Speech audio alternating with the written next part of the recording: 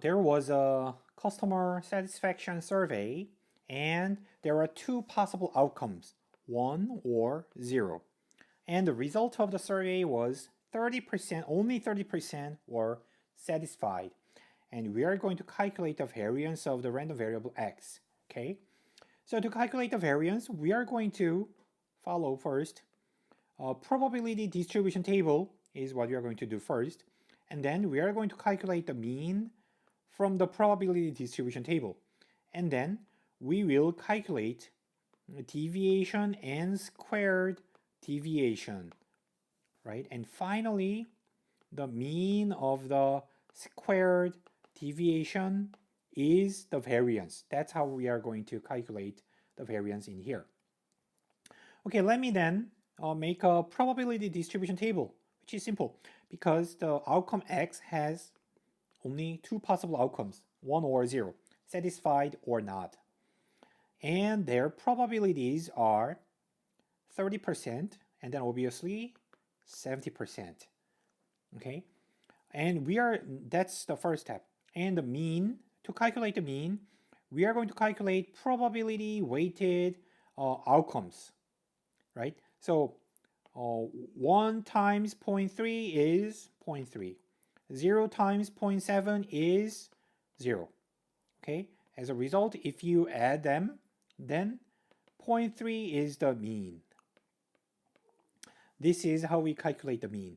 So the second step is done, and I will copy the number here. Next, we are going to calculate the deviation, transform the outcomes into deviations and square deviations. To do that, let me erase this much. Okay, I'll also erase these guys. Okay.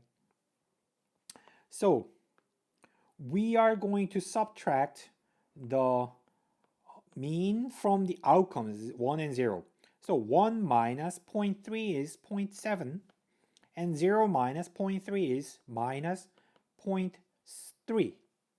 That they are deviations. We transformed x into another random variable, and squared deviations are square of them, right? 0.7 squared is 0.49 and 0.3 squared is 0.09.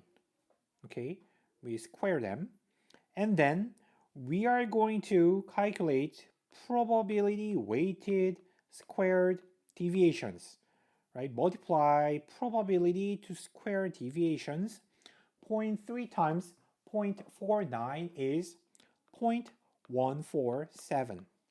I use a calculator. And then multiply 0.7 to 0.09, then you will get 0.063.